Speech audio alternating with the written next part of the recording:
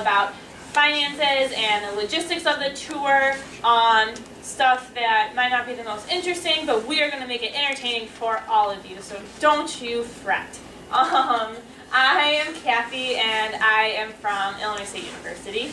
And my name is Ashley, and I go to Western Illinois University. And so for those of you who are just on bus corps, a lot of this information is really important for you to know, and it's a lot of the stuff that will kind of help make sense of other things that you're working on, but don't think that you have to take all of this on by yourselves, because a lot of it, like if you're thinking about it, you're planning like a full week trip for close to 50 people, and you have a lot of money in your budget, and a lot of that can be daunting. So don't think that you have to walk through this alone. Your chapter core is there to really hold your hand and really guide you through this. So if you have any questions, if you're ever nervous about making a big decision or ordering something or doing anything with budgeting, go to your chapter core, because that's what they're there to help you for, like through all of this. So a lot of this information is stuff that you should do with your chapter core. Sweet. So I'm going to briefly go through what a bus budget looks like.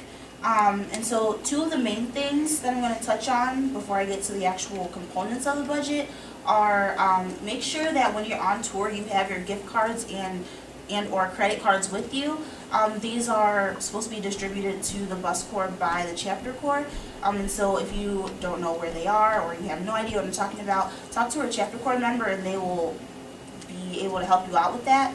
And these are really important to have in case you need to make those emergency stops to Walmart on tour or pick up medicine for a sick participant or whatever the case may be. So make sure you have those with you. Two of the main things that are in your budget for when you're on tour is the food budget. The average amount for food that each bus gets is $900, and that's the average. You don't have to use that full amount, but that's pretty standard. And then also the enrichment budget. Do we all know what this is? Enrichment? Okay, I can explain it.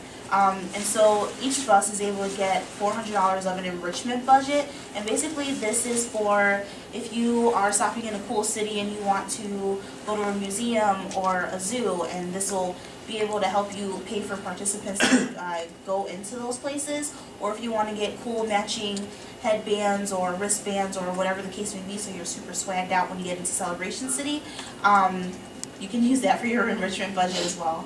I like the word swag. And so those are the two main things. Some ways that you can sort of lower the cost or lower the amount of money that you're spending on tour is by asking for donations. Something that my bus corps did 2 years ago when I was on corps was asking for meal donations from every city we went to, and we had a $950 budget for food. We only ended up spending half of that, and so all that money just went back into STLF, and we were able to help out in that way. And so definitely making sure when you're calling housing and service you ask them for meal donations. It doesn't hurt to help. The worst they can say is no, and then you'll save more money in the end. Any questions about that? Sweet. And then the last part is the bus driver tip. Some chapters take this right out of their chapter budget, and then it's $300 per bus driver. The way we do it at Western is we ask for a few dollars from each participant that we're able to give to the bus driver. This is just a way to say thank you. We really enjoyed your company on this tour. Thank you for dealing with 40 college students for 9 days on a bus. And it's just like a thank you gift for them. So the average amount is $300, and you want to really aim for that amount because that's 9 days, $300. That's pretty typical for paid for tours. Okay.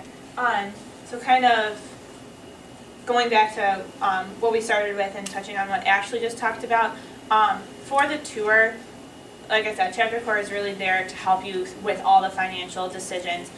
So what STLF really suggests and really encourages that you do is ask to set up a meeting with your chapter core. It could just be one person, it could be the whole core or whatever, and have a financial meeting with them, just strictly talking about how do you want us to budget the money, because each chapter is different. We're learning that we all have our own traditions and all have our own, the ways that we do things, so each chapter is going to budget their finances a little differently as well. I know that last year we kind of came into this with one of the bus corps.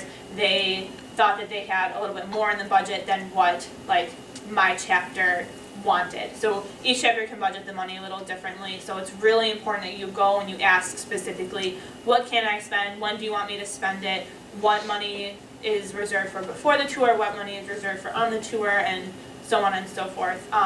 And just being aware of all of that. And what's going to happen is when you're on tour, you're going to get 2 Visa gift cards to hold on to, and this is in case of emergencies or in case you need to run out and get lunch meat at the last minute for lunch the next day or what have you.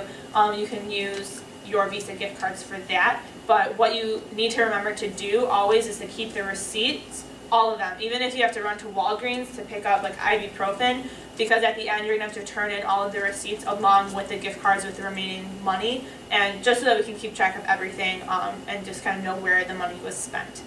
So that's just stuff to keep in mind. So the next part of the chapter budget is the national fee. How many of you know that each chapter pays a national fee each year? Cool. So for those of you who don't, I'm just going to break it down with the formula for how this is calculated. This is just the standard. Some chapters give more, some give less. What this national fee is used for is basically so that we can help start up new chapters. Let's say we have a new chapter started up and they have 1 bus and they're only able to fill it with 28 participants instead of 40. The money that we give to the national fee will help sort of compensate for that and help those new chapters along, as well as these retreats and conferences that we have. There are 4 each year, so there's summer retreat, spring and fall, and then there's DWB. And this is so that all of you will be able to get these training sessions for free because it's already paid for ahead of time through the national fee that your chapters pay. Cool. So let's say after tour, your overall, all 3 of your, or however many buses you have, you're left with $7,000. And let's see, what's your name? Mike? Okay, how many buses does your school have? 3. 3, okay. So you have 3 buses. And for each bus, you are asked by Nash to keep 1,000 of those, or 1,000 per bus. So we're going to times that by 1,000. And then also, if you want to do any programs and events after tour, you can keep up to $250 per event. You don't have to spend that much, but that's the average. Someone throw out a number of events. 2, 3, let's say you want to do a barbecue or something after tour. Any number. 3. 4, 3. 3, okay. And then you multiply that by 250. That's a 5.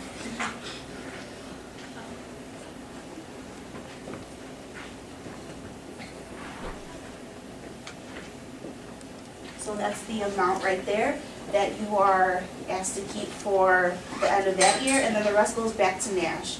And so your national fee for that year would be $3,250. Is that right? Yeah, okay.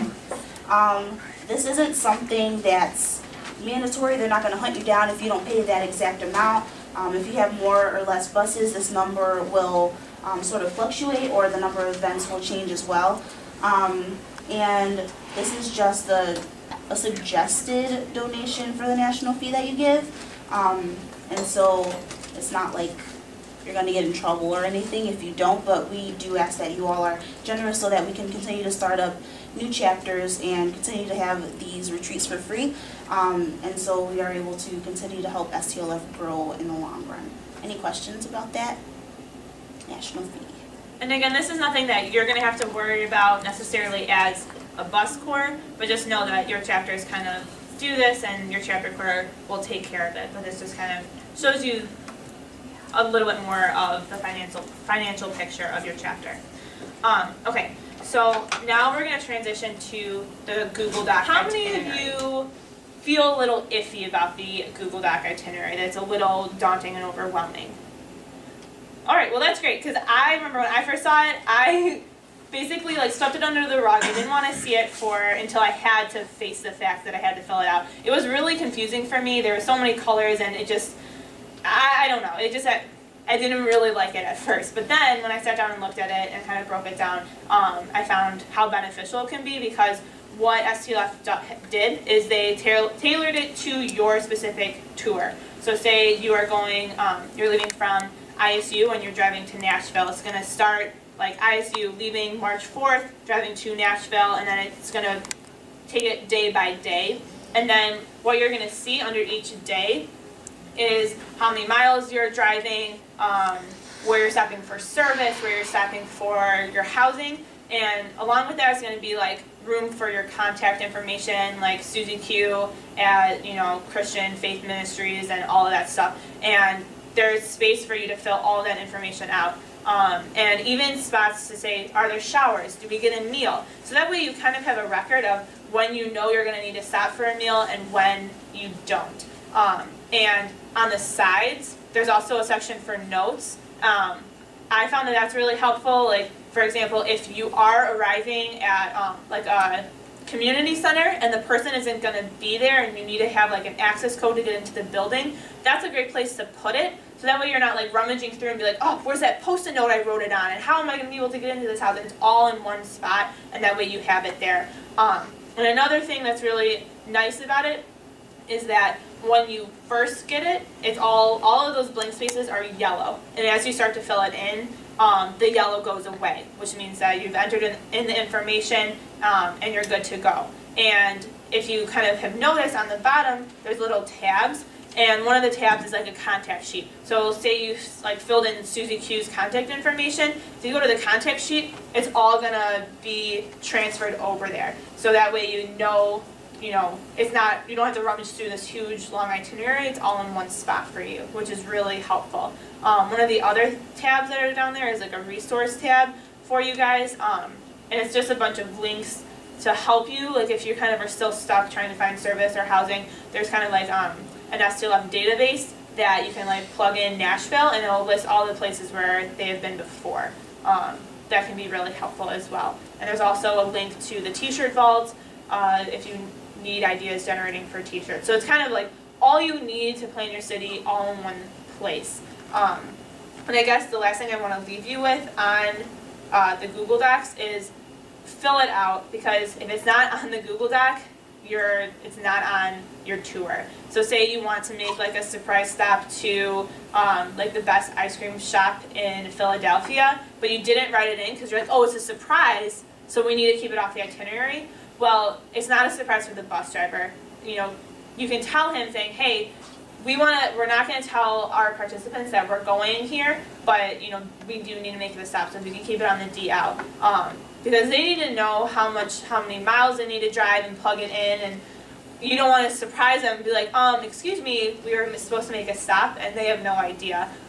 Just constantly keeping your bus driver in check, and constantly any little minor detail, like if you have to stop for showers or anything like that, that's separate from your housing, you need to write that in as well. So just kind of, the more information, the better. It wouldn't hurt.